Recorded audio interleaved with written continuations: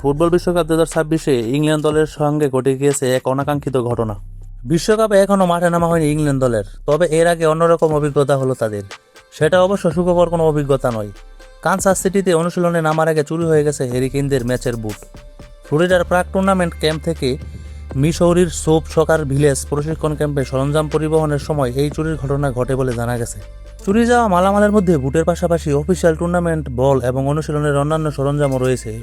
ইংল্যান্ডের সংবাদ মাধ্যম ডেইলি মেল জানিয়েছে, চুরির এই ঘটনা যখন সামনে আসে তখন সেখানে মাত্র একটি ফুটবল অবশিষ্ট ছিল।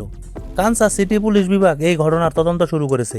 এরই মধ্যে দুজন সন্দেহভাজনকে আটক করা হয়েছে। পুলিশের একজন মুখপাত্র দ্য গার্ডিয়ানকে বলেছেন, আরও তদন্তের জন্য 2 সন্দেহভাজন ব্যক্তিকে হেফাজতে নেওয়া হয়েছে। এই ঘটনায় ইংল্যান্ডের ফুটবল অ্যাসোসিয়েশন এখনও কোনো মন্তব্য করেনি। চুরি যাওয়া সরঞ্জাম উদ্ধার করতে তারা এখন স্থানীয় পুলিশের সঙ্গে কাজ করছে বলে জানিয়েছে দ্য গার্ডিয়ান। আগামী বুধবার ডালাসে ক্রোয়েশিয়ার বিপক্ষে গ্রুপ এল এর ম্যাচ দিয়ে বিশ্বকাপ মিশন শুরু করবে ইংল্যান্ড। এর আগে আজ বিকালে থমাস টুকেলের দল প্রথমবারের মতন অনুশীলনে নামবে।